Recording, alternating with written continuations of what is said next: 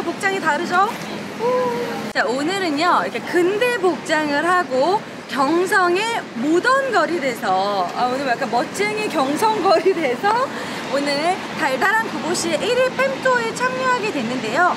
이 팸투어 내용은 바로 무엇이냐면 실제로 1930년대 일제강점기를 살았던 박대원 작가의 소설가 구보시의 1일이라는 그 작품이 있어요. 그 작품을 바탕으로 우리가 해설사님의 설명을 들으면서 뭔가 인문학 기행을 하는 겁니다. 저는 사실 역사에 관한 거는 많이 참여했지만 이런 문학기행은 처음이거든요. 저도 나름 고등학교 때 문학소녀였기 때문에 기대가 됩니다. 그리고 이쪽에는 종로 쪽에는 근대 문화유산이 많기 때문에 중간중간 이렇게 문학적인 설명도 듣고 그리고 문화재들도 체험하는 알찬 시간이 될 것 같아요. 아무래도 요즘 또 코로나기 때문에 다들 마스크를 쓰고 참여를 하시는데요. 지금 오프닝이기 때문에 잠시 벗었고요.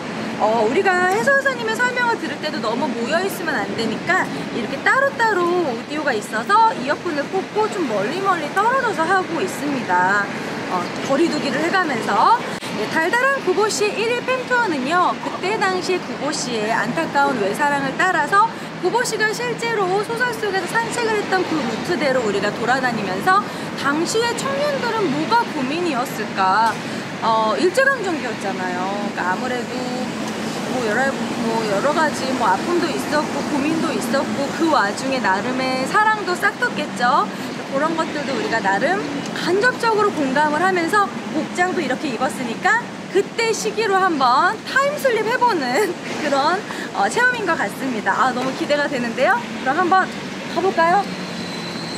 호기심의별 옥상공이라고 합니다. 반갑습니다. 와! 네, 드디어 투어가 출발이 됐어요. 이렇게 이어폰으로 설명을 들으면서 저기 해설사님이 멀리 있어도 이렇게 이어폰으로 들리니까 되게 편한 것 같아요. 소설가 구보시의 1일 인문학 투어, 지금 저희가 다 근대 복장을 하고 종로 거리를 걷고 있습니다. 시작을 구보시가 진짜 산책을 나온 그 동선대로 저희가 걷고 있습니다. 네, 소설 속 구보시는요 정오 12시 정도에 이제 점심 먹을 시간에 느릿느릿 일어났다고 합니다. 왜냐면 실제로 구보시는 소설에서 백수거든요. 자, 그래서 천천히 나와서 화신백화점 쪽으로 이동을 하게 됩니다. 1940년대에 화신백화점은 사라졌지만 보신각은 여전히 남아있습니다. 보신각 앞에서 해설사님의 다양한 설명도 듣고 퀴즈도 맞추고 스티커를 모으면 상품도 준다고 해요.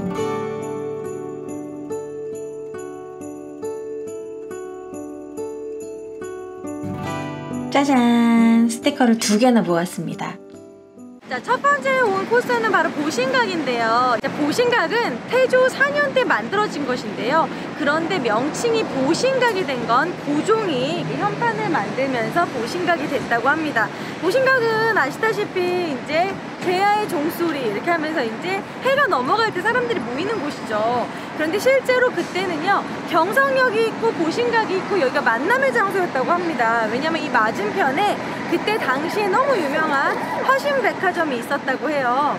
자, 그리고 실제로 보신각은 조선시대 때 종을 침으로써 시간을 알려줬었고요. 그 뒤로도 몇 번 불타고 또 한국전쟁 때 또 불타고 그래서 여러 번 보수 끝에 지금의 보신각으로 남아있다고 합니다. 자, 다음 장소는 광교입니다. 청계천 광교인데요. 여기를 이제 구보시가 지나갔다고 하는데 광교는 또 태조 이방원과 관련된 이야기가 있어요. 실제로 가서 제가 또 설명을 해드리도록 하겠습니다. 광통교는 바로 조선시대 태조 이방원과 관련된 엄청난 뒤끝 장렬의 이야기가 있습니다. 바로 이 광통교는요 여러분들 아시다시피 이제 조선을 건국할 때 태조 이성계가 조선을 건국할 때 신덕왕후와 신의왕후의 아들이었던 이방원의 공이 아주 컸죠. 하지만 신덕왕후는 이방원을 왕세자로 올리지 않고 자기 아들 방석을 왕위에 오르려고 했어요. 그러니까 이방원이 화가 난 거예요. 그래서 결국 이방원은 피바람을 일으키죠. 두 번째 1차, 2차 왕자의 난을 일으켜서 결국 이방원이 왕이 됩니다. 자, 그런데 이방원이 이제 권력을 잡고 나서 얼마나 엄청난 뒤끝을 보여주냐면 바로 이 광통교. 이 광통교에 보면은요 좀 이렇게 좀 색깔이 좀 오래된 그러한 돌들이 있어요. 그리고 이 밑에 내려오면 이렇게 글씨가 써있는 그런 옛날 그런 뭔가 좀 비범한 되게 뭔가 좀 이게 문화재 같은 그런 돌들이 있습니다. 이 돌들은 과연 무엇이냐면 신덕왕후의 묘비였던 거죠. 그러니까 묘비 주변에 여러 지석들하고 묘비들이 있잖아요. 그 묘비를 거꾸로 내다 꼽아서 묘비를 가지고 다리를 만들어서 신덕왕후의 묘비를 사람들이 밟고 가게 만든 거죠. 그러니까 엄청나게 어떻게 보면은 와, 진짜 뒤끝이 장난 아니다. 그러니까 정말 신덕왕후가 이제 하늘에서 꼭 그렇게까지 했어야 했냐 막 이렇게 정말 여자가 하늘 품으면 온이월에 서리가 내린다고 하는데 왕이 하늘 품으면 묘비가 거꾸로 꼽히는구나 뭐 이런 것들을 알 수 있는 태조 이방원의 뒤끝을 알 수 있는 그런 다리입니다.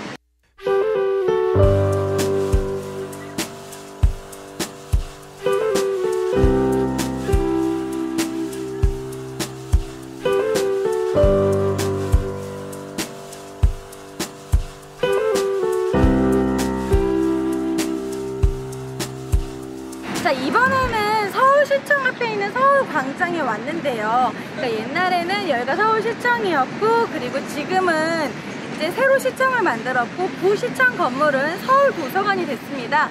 그 앞에는 이렇게 서울광장이 있는데요. 서울광장은 2004년 5월 1일에 이렇게 오픈을 했다고 하는데, 제가 딱 2002년 월드컵 때 요 근처에서 축구를 봤거든요. 그때 이 광장이 있었다면 참 여기서 축구 보기 딱 좋았어요. 여기 전광판 딱 보기 좋았을 텐데 아 그때 엉덩이 아프게만 봤던 기억이 나네요.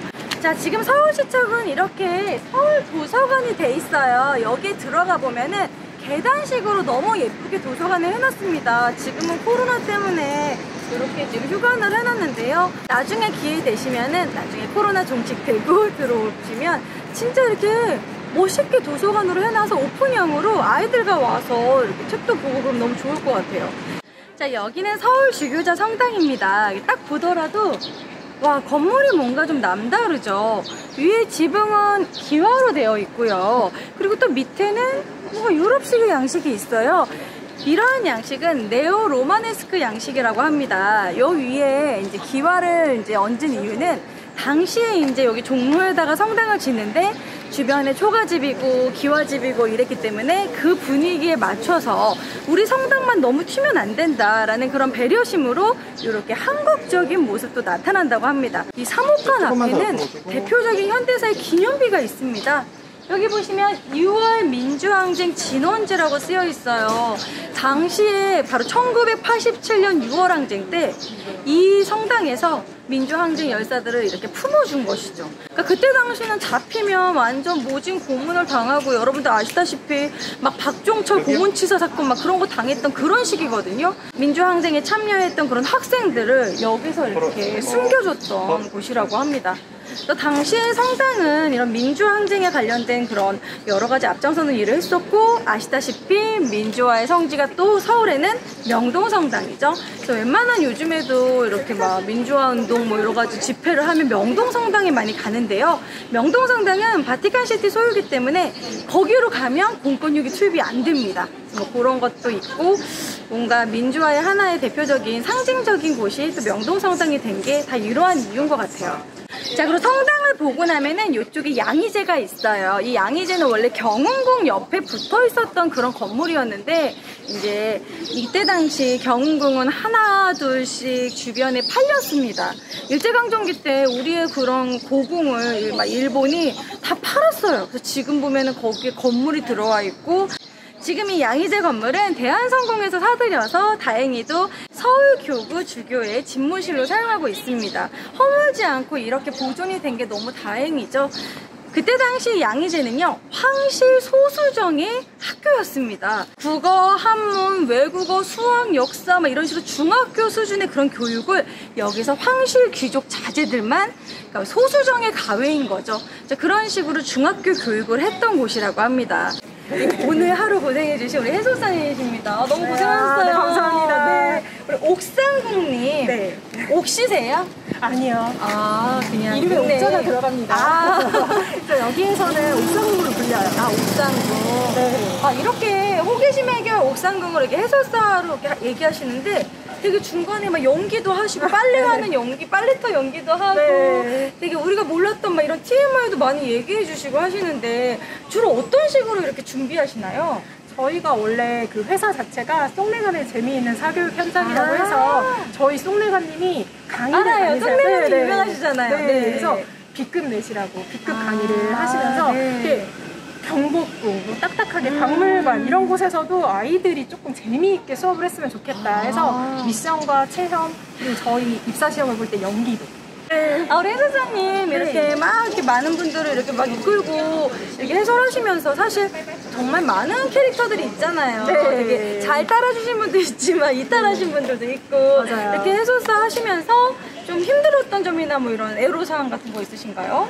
저희가 지금 원래는 힘든 점보다는 좋은 점이 더 많았었는데 지금 코로나 때문에 아, 힘든 점은 코로나 힘든 맞아요. 점 코로나 때문에 지금 장소에 모이는 걸 못해서 저희 회사 자체에서 학생들을 위주로 수업을 많이 하는데 지금 학생들 수업을 못하고 있고 그리고 장소에 제한이 있어요. 입장 제한 같은 것들이 있어서 아, 실내에 못 들어가고 네, 실내에 못 들어가서 일단은 마스크 쓰고 말씀하시면 힘들 것 맞아요. 같아요. 왜냐면 마스크 쓰고 전달이 말을 안 하느라 되니까. 지금 마스크를 벗을 수가 없어요. 요 맞아, 속에 땀나죠. 맞아. 땀이 많이 나서 그래서 그게 조금 힘든 점이고요. 아, 저는 근데 네. 사람들 만나는 거라든가 이야기하는 거를 좋아해서 그런 점은 굉장히 좋은 네. 것 같아요. 제가 딱 들어봐도 이렇게 얘기하고 이런 게 좋아하시는 네. 느낌이 들어요. 아, 네, 저 월급 받아야지 하면 하는 그런 느낌이 아니라 정말 좋아서 하시는 그런 느낌이 너무 나고요.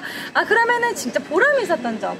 아, 보람이 있었던 점은 저희가 좀 학생 친구들 같은 경우 많이 수업을 하거든요. 네. 그래서 선생님 때문에 즐거웠어요. 역사 아. 롯데월드보다 경복궁 온 게 더 재밌었다는. 진짜요? 네. 그 원래 체험학습 롯데월드랑 경복궁에서 골라서 경복궁 와서 되게 실망을 했었는데 경복궁이 와. 이렇게 재밌는지 몰랐다고. 최고의 칭찬이다. 네, 그런 이야기를 들었을 때. 네, 너무 재밌게 얘기해 주셔서 너무 알찬 투어였습니다. 네, 감사합니다. 자, 마지막 코스는 바로 덕수궁 돌담길입니다. 여기 앞에 보면은요, 덕수궁 돌담길 그리고 고종의 길이라고 쓰여 있어요. 고종의 길은요, 그 고종이 이제 아관파천 당시 그 길을 이제 고종의 길로 이렇게 또 재현을 해놨습니다. 이 덕수궁 같은 경우에는 고종이 말년을 보낸 곳이고 그리고 어떻게 보면은 이 만국의 서름을 담은 그런 궁전입니다. 덕수궁 주변에는 공사가 계속 지속되고 있는데 당시에 팔렸던 그런 궁궐을 다시 매입을 해서 국가가 끊임없이 매입을 해가지고 요즘에 다시 보수 공사를 하고 있다고 합니다. 그래서 앞으로 몇 년 뒤에는 좀 달라질 덕수궁을 볼 수 있을 것 같고요. 자, 오늘 이렇게 달달한 고고씨에 1일 팸투어를 참여를 했는데요. 제가 이렇게 아침에 일어나서 이렇게 돌아다니는 일이 별로 없기 때문에 처음에는 사실 좀 피곤했지만 이렇게 의상도 갖춰 입고 해설사님의 그런 문학적인 설명과 함께 쭉 돌아보는 게 주로 릉이나 뭐 탑이나 뭐 사찰 이런 식의 문화재만 보다가 근대적인 그런 문화재들을 보니까 되게 새로웠어요. 뭔가 이렇게 그때 당시 일제강점기 때 옷을 입고 경성 모던거리 돼서 이렇게 걷다 보니까 1930년, 1940년 일제강점기 때 청년들은 참 고민이 많았겠다. 이러한 시기를 타고 나서 내가 여기서 성공을 하는데 뭐를 할 수 있을까? 나는 어떻게 살아야 할까? 뭐 이런 식의 고민을 많이 하지 않았을까? 그런 생각이 들고 특히 이 박태원 작가에 대해서 많이 알게 돼서 좀 매력을 느꼈고요. 박태원 작가의 소설가 구고시의 1일이라는 그 작품도 꼭 한번 읽어봐야겠다 이런 생각이 듭니다. 서울의 1940년대 모습과 관련된 근대 체험 너무 알찬 하루였습니다. 자, 여러분들도 한번 이렇게 예쁘게 근대 복장을 하고 뭐 모녀끼리, 뭐 친구들끼리 그리고 커플끼리 한번 오셔도 너무너무 좋을 것 같아요.